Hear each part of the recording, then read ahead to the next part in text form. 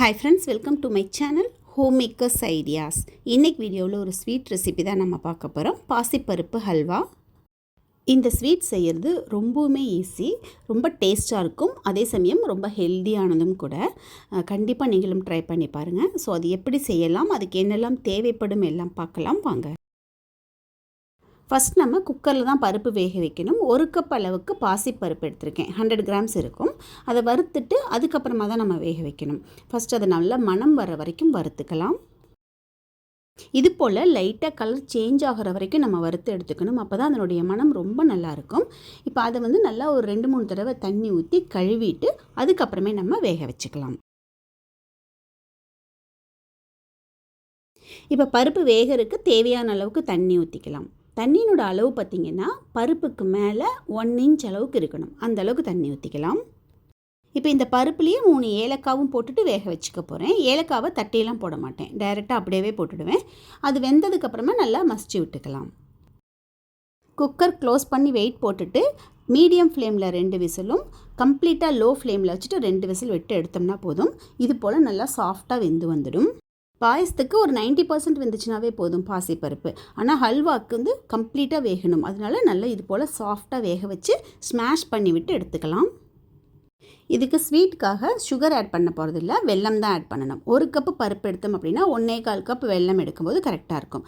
தண்ணியில் நல்லா கரைச்சி எடுத்துக்கலாம். ஃபஸ்ட்டு நம்ம முந்திரியும் திராட்சையும் வறுத்து எடுத்துக்கணும். அதே நெய்லியே 2 டீஸ்பூன் அளவுக்கு வெள்ளை ரவை ஆட் பண்ணியிருக்கேன், அதையும் போட்டுட்டு நல்லா வறுத்துக்கலாம். ரவையினுடைய கலர் சேஞ்ச் ஆகி வரும், அது வரைக்கும் நல்லா வறுத்துக்கணும். இது போல் கலர் சேஞ்ச் ஆனதுக்கப்புறமே நம்ம கரைச்சி வச்சுருக்கோம் இல்லைங்களா வெல்லம், அதையும் ஆட் பண்ணிக்கலாம். வெல்லம் கரைக்கிறதுக்காக நான் ஆட் பண்ண தண்ணியினோட அளவு பார்த்திங்கன்னா 2.5 கப் அளவுக்கு எடுத்திருக்கேன். பருப்பு எந்த கப்பில் எடுத்தேனோ அதே கப்லேயே 2.5 கப் அளவுக்கு தண்ணி எடுத்துகிட்டு அந்த தண்ணியில் கரைச்சிட்டு அந்த தண்ணி ஃபுல்லாகவே நான் ஆட் பண்ணியிருக்கேன். ஒரு 5 நிமிஷம் வரைக்குமே ரவையை வெல்லம் தண்ணியிலேயே நல்லா வேக வைக்கணும். இது போல் ஓரளவு வெந்ததுக்கு அப்புறமே நம்ம வேக வச்சு மசிச்சு வச்சுருந்தோம் இல்லையா, அந்த பாசிப்பருப்பு இதில் ஆட் பண்ணிக்கலாம். சப்போஸ் உங்களுக்கு பாசிப்பருப்பு ரொம்ப சாஃப்டாக குக் ஆகாமல் கெட்டியாக இருக்கிற மாதிரி ஃபீல் ஆச்சுன்னா நீங்கள் மிக்சியில் போட்டுட்டு பல்ஸ் பண்ணிவிட்டு எடுத்து இதில் ஆட் பண்ணிக்கலாம். நம்ம மிக்சியில் மசிச்சுட்டு பண்ணுறதை விட டைரெக்டாக மசிச்சுட்டு பண்ணும்போது டேஸ்ட் இன்னும் ஜாஸ்தியாக இருக்கும். இப்போ அந்த பருப்பு, வெல்லம், தண்ணி, ரவை எல்லாத்தையும் நல்லா மிக்ஸ் பண்ணி விட்டுக்கலாம். பருப்பை ஆட் பண்ண உடனே சீக்கிரமாகவே அது நல்லா சுருண்டு வந்துடும். ஸோ அதனால் கைவிடாமல் நம்ம கிண்டி விட்டுட்டே இருக்கணும். இந்த சமயத்தில் லாஸ்ட்டாக நம்ம கொஞ்சமாக எண்ணெயும் நெய்யும் ஆட் பண்ணிக்கலாம். கம்ப்ளீட்டாக நான் நெய்யை ஆட் பண்ண போகிறதில்ல, கொஞ்சம் எண்ணெயும் போட்டிருக்கேன். 1 ஸ்பூன் அளவுக்கு நெய்யும் 1 ஸ்பூன் அளவுக்கு எண்ணெயுமா அதுவும் போட்டுட்டு நல்லா மிக்ஸ் பண்ணிவிட்டு ஒரு 5 நிமிஷத்துக்கு நல்லா கலந்து விட்டுட்டே இருந்தோம் அப்படின்னாவே போதும். கலர் நல்லா சேஞ்ச் ஆகிட்டு வரும். இதில் நம்ம ஏற்கனவே ஃப்ரை பண்ணி வச்சுருந்தா முந்திரியும் திராட்சையும் ஆட் பண்ணிக்கலாம். நான் இன்றைக்கி பிரசாதத்துக்கு ரெடி பண்ணுறேன் அப்படிங்கிறனால பாதாம் ஆட் பண்ணலை. பாதாம் போட்டுட்டிங்க அப்படின்னா இன்னும் சூப்பர் டேஸ்ட்டாக இருக்கும் இந்த ஹல்வா.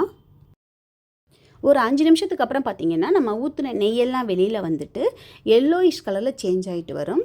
இந்த ஹல்வா பார்க்குறதுக்கும் சரி சாப்பிட்றதுக்குமே ரொம்ப டேஸ்ட்டாக இருக்கும். இந்த ஹல்வாவில் பார்த்திங்கன்னா பாசிப்பருப்பு, முந்திரி, திராட்சை, ரவை, வெல்லம் அவ்வளோதான் இருக்குது. ரொம்ப டேஸ்ட்டாகவும் ஹெல்தியானதாகவும் இருக்கும். மிஸ் பண்ணாமல் நீங்களும் ட்ரை பண்ணி பாருங்கள். இப்போ நமக்கு ஹல்வா ரெடி ஆகிட்டுது. இந்த கன்சிஸ்டன்சி இருக்கும்போது நம்ம ஸ்டவ் ஆஃப் பண்ணிக்கணும். ஏன்னா இது ஆறுனதுக்கப்புறமா இன்னுமே கூட திக்காகும். இந்த ஹல்வா பார்த்திங்கன்னா வாயில் வச்ச உடனே அப்படியே கரையும், அந்தளவுக்கு நல்லா சாஃப்டாகவும் ரொம்ப டேஸ்ட்டாகவும் இருக்கும். பாசிப்பருப்பில் ஸ்வீட் அப்படின்னா பாயசம் செய்வோம், இல்லைன்னா பொங்கல் செய்வோம் இல்லைங்களா. இந்த மாதிரி ஹல்வாவும் ரெடி பண்ணலாம். கண்டிப்பாக நீங்களும் ட்ரை பண்ணி பாருங்கள், ரொம்ப டேஸ்ட்டாக இருக்கும். இது நான் துளசி பூஜைக்காக பிரசாதமாக தான் நான் ரெடி பண்ணினேன். நீங்களுமே கூட ஒன் டைம் இது ட்ரை பண்ணி பாருங்கள். ஸோ இந்த வீடியோ உங்களுக்கு பிடிக்கும் நம்புகிறேன். பிடிச்சதுன்னா லைக் பண்ணுங்கள், ஷேர் பண்ணுங்கள், கமெண்ட் பண்ணுங்கள். ஃபஸ்ட் டைம் என்னோடய வீடியோ பார்த்தீங்கன்னா மறக்காமல் சப்ஸ்கிரைப் பண்ணுங்கள். நெக்ஸ்ட் வீடியோவில் பார்க்கலாம். தேங்க்யூ.